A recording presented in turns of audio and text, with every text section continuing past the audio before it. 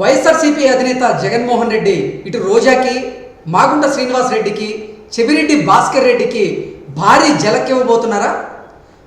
Ongole parliament నుంచి నిన్న మొన్నటి వరకు చెవిరెడ్డి భాస్కర్ రెడ్డి పోటీ చేయబోతున్నారు అంటూ కొన్ని వార్తలు వచ్చిన నేపథ్యంలో ఇప్పుడు మాత్రం చెవిరెడ్డి భాస్కర్ రెడ్డిని కూడా పక్కన పెట్టి ఆ స్థానాన్ని రోజాకి కల్పించాలి, రోజాకి నగరి అసెంబ్లీ స్థానాన్ని ఇవ్వడం లేదు జగన్మోహన్ రెడ్డి అంటూ కూడా ఒక వార్త ఇప్పుడు సోషల్ మీడియాలో చక్కర్లు కొడుతున్న నేపథ్యంలో ఈ అంశానికి సంబంధించి మనతో మాట్లాడేందుకు ప్రముఖ సీనియర్ జర్నలిస్ట్, ప్రముఖ రాజకీయ విశ్లేషకులు సిఎస్ రావు గారు మనతో ఉన్నారు. ఆయనతో మాట్లాడదాం. Sir hi sir.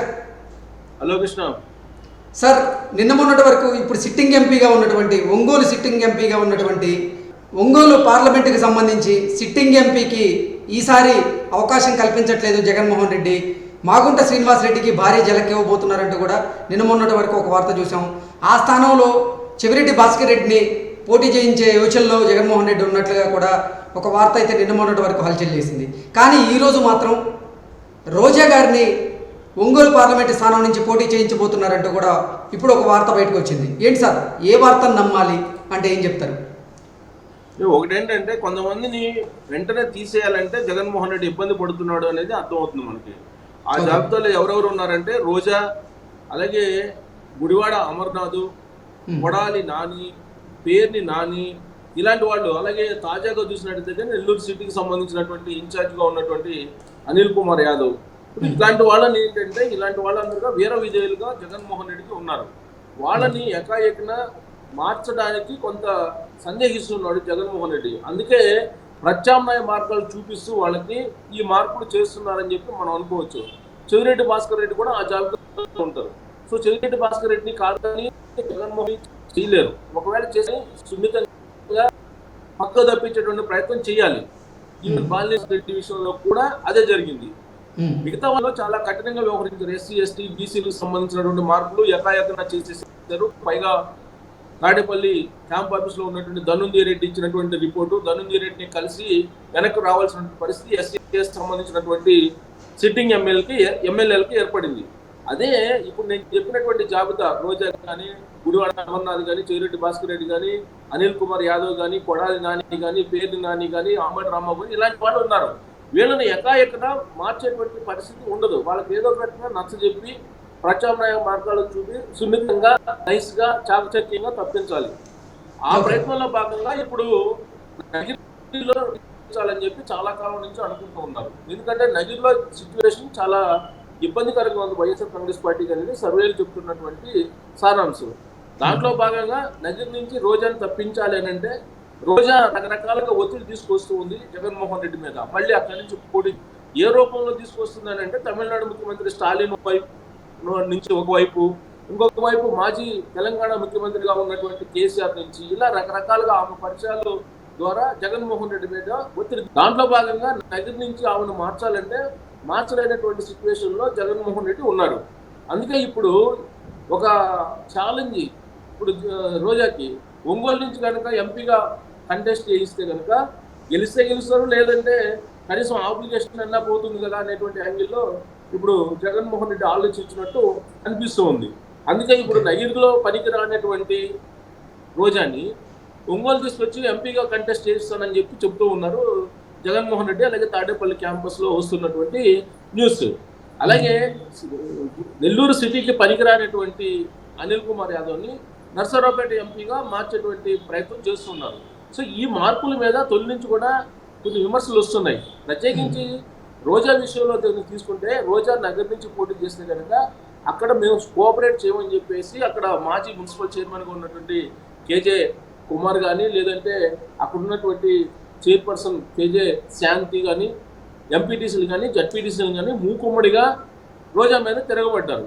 అంతేకాదు తాడేపల్లి క్యాంప్ ఆఫీస్కి వచ్చి ఆ మీద కంప్లైంట్లు కూడా చేశారు. రీసెంట్గా కంప్లైంట్ చేసినటువంటి క్రమంలో పంచాయతీ చేయాలి, వాళ్ళందరినీ కలపాలి అనేటువంటి ప్రయత్నం జగన్మోహన్ రెడ్డి చేశారు. గతంలో చేశారు, ఇప్పుడు కూడా చేశారు.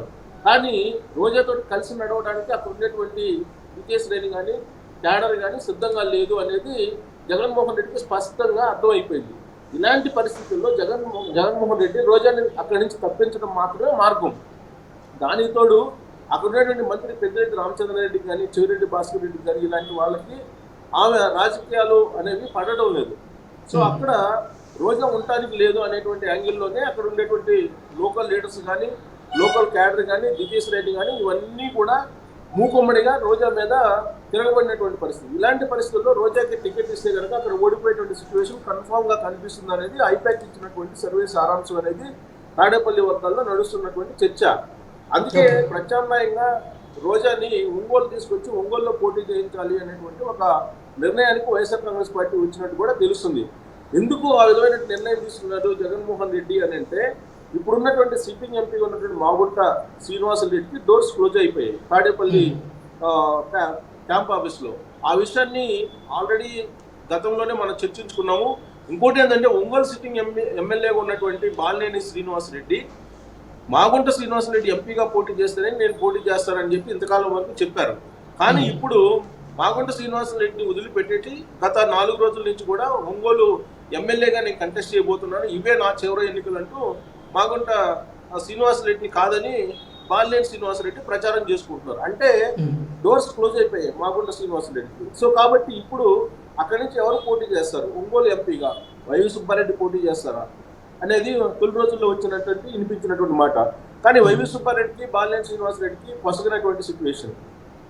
దాంతో వైవి సుబ్బారెడ్డిని కూడా పక్కన పెట్టేశారు YSR Congress party. Next option ఏంటి అనే దాని మీద క్వశ్చన్ చేసుకున్నప్పుడు చెవిరెడ్డి భాస్కర్ రెడ్డిని అక్కడి నుంచి నిలపాలి అనేది. ఎందుకంటే చంద్రగిరి నుంచి చెవిరెడ్డి భాస్కర్ రెడ్డి కుమారుడికి అక్కడ అనౌన్స్ చేశారు కాబట్టి చెవిరెడ్డి భాస్కర్ రెడ్డిని ఇప్పుడు ఒంగోలు ఎంపీగా చేయించాలనేటువంటి ప్రయత్నం జగన్మోహన్ రెడ్డి చేశారు. ఆ సందేశం మేరకు జగన్మోహన్ రెడ్డి ఇచ్చినట్టు సందేశం మేరకు బాలినేని శ్రీనివాసరెడ్డి తోటి చెవిరెడ్డి భాస్కర్ రెడ్డి కలిశారు, మాట్లాడారు కూడా. అయితే అక్కడ ఉన్నటువంటి పరిస్థితుల దృష్ట్యా అక్కడ ఒంగోలులో ఎంపీగా గెలిచేటువంటి అవకాశం లేదు, మాగుంట శ్రీనివాసరెడ్డి కాదని ఎవరు పోటీ చేసినా అనేది బాలినేని శ్రీనివాసరెడ్డి చెవిరెడ్డి భాస్కర్ రెడ్డికి చెప్పినట్టు అప్పట్లో వచ్చినటువంటి న్యూస్ గత వారం. సో ఆ విధంగా ఫీడ్బ్యాక్ తీసుకున్నటువంటి చెవిరెడ్డి భాస్కర్ రెడ్డి తాడేపల్లి క్యాంప్ ఆఫీస్లో ఉన్న జగన్మోహన్ రెడ్డికి నేను ఒంగోలు నుంచి పోటీ చెయ్యను అనేటువంటి ఒక అభిప్రాయాన్ని చెవిరెడ్డి భాస్కర్ రెడ్డి వ్యక్తం చేశారు. ప్రత్యామ్నాయంగా ఇప్పుడు రోజా పేరుని బయటకు తీసుకొచ్చారు. రోజా పేరుని బయటకు తీసుకొచ్చి రోజాని ఎంపీగా అక్కడ కంటెస్ట్ చేయించాలనేటువంటి అభిప్రాయానికి ఇప్పుడు వైఎస్ఆర్ కాంగ్రెస్ పార్టీ వచ్చింది. సో రేపే మాపు బాలినేని శ్రీనివాసరెడ్డిని రోజా కలిసేటువంటి అవకాశం ఉంది. రోజా కలిసిన తర్వాత మరి బాలినేని శ్రీనివాసరెడ్డి ఏం చెప్తారో దాని మీద ఒక ఫైనల్ నిర్ణయం రాబోతుంది. ఎందుకంటే అసలు నగరిలోనే వ్యతిరేక పవనాలు వీస్తున్నటువంటి రోజా గారిని ఇప్పుడు ఒంగోలు పార్లమెంట్ నుంచి పోటీ చేయించాలనే యోచనలో జగన్మోహన్ రెడ్డి ఎందుకున్నారు? అసలు అక్కడ గెలిచేటువంటి అవకాశం ఉందంటారా? అంటే నగరి అసెంబ్లీ నియోజకవర్గంలోనే ఆవిడ ఓడిపోబోతున్నారు, సర్వేలు ఆ రకంగా ఉన్నాయి అంటూ కూడా కొన్ని వార్తలు వచ్చిన నేపథ్యంలో ఆవిడని మరి ఒంగోలు లోక్సభ స్థానం నుంచి కనుక పోటీ చేయిస్తే పరిస్థితులు ఎలా ఉండబోతున్నాయి అంటే ఏం చెప్తారు సార్? ఒకటేంటంటే జగన్మోహన్ రెడ్డి అనుకుంటున్నది తను ఫోటోను చూసి, తనను చూసి, తన పరిపాలన చూసి, తన సంక్షేమ పథకాలను చూసి ఓటేస్తారని చెప్పి ఆయన ప్రగాఢంగా విశ్వసిస్తూ ఉన్నారు. భీమిలి సభలో ఆయన ప్రసంగం వింటే కనుక అది అర్థమవుతుంది. కాబట్టి ఎవరిని ఎక్కడి నుంచి పోటీ చేయించినా కానీ జగన్మోహన్ రెడ్డి అనేటువంటి ఒక లీడర్ను చూసి ఓటేస్తారు.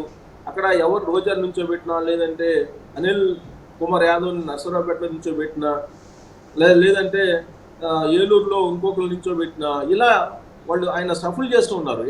ఎక్కడెక్కడ వాళ్ళే ఉత్తరాంధ్ర నుంచి రాయలసీమకి, రాయలసీమ నుంచి ఉత్తరాంధ్రకి, లేదంటే కోస్తా నుంచి రాయలసీమకి ఇలా పంపిస్తూ ఉన్నారు ఆయన. కారణం ఏంటంటే తనను చూసి ఓటేస్తారు, ఇప్పుడు ఎంపీలు ఎమ్మెల్యేలు చూసి ఓటేయరు అనేటువంటి కాన్సెప్ట్లో ఆయన ఉన్నారు. అదే విషయాన్ని కూడా ఈ మధ్య చెప్పారు. రాష్ట్ర ప్రజలందరూ 80% పైగా తన పరిపాలన నచ్చుతున్నారు, కానీ సిట్టింగ్ ఎంపీలు, సిట్టింగ్ ఎమ్మెల్యేల యొక్క పనితీరు నచ్చక వ్యతిరేకంగా ఉన్నారు. కాబట్టి వాళ్ళని మార్చేస్తే మళ్ళీ అధికారంలో రావచ్చు అనేది ఆయన అభిప్రాయం. మరి స్థానికులు సార్, ఒంగోలు లోక్సభలో ఉన్నటువంటి స్థానిక నాయకులు రోజాకి సపోర్ట్ చేసే అవకాశం ఉందా అంటే ఏం చెప్తారు సార్? సో రోజాకి సపోర్ట్ చేస్తారా లేదని అంటే, ఇప్పుడు చెవిరెడ్డి భాస్కర్ రెడ్డిని అక్కడ నుంచోబెట్టాలని చెప్పి అనుకున్నప్పుడు అక్కడ లోకల్గా ఉండేటువంటి బాలినేని శ్రీనివాసరెడ్డిని కలిశారు. చెవిరెడ్డి భాస్కర్ రెడ్డి కలిసిన తర్వాత బాలినేని ఒక ఫీడ్బ్యాక్ ఇచ్చారు. ఆ ఫీడ్బ్యాక్ ఇచ్చిన తర్వాత ఆయన వెనక్కి స్టెప్ వేశారు, బ్యాక్ స్టెప్ వేశారు చెవిరెడ్డి.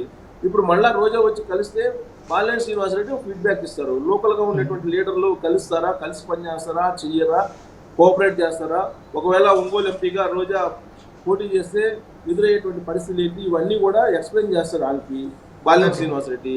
చెవిరెడ్డి భాస్కర్ రెడ్డి లాగానే ఆమె కూడా జగన్మోహన్ రెడ్డి దగ్గరికి వెళ్ళి మళ్ళీ మొరపెట్టుకొని నాకు ఒంగోలు వద్దు, నాకు నగరే ఇవ్వండి అని చెప్పి అడిగే అవకాశం ఉంది. అప్పుడు Okay.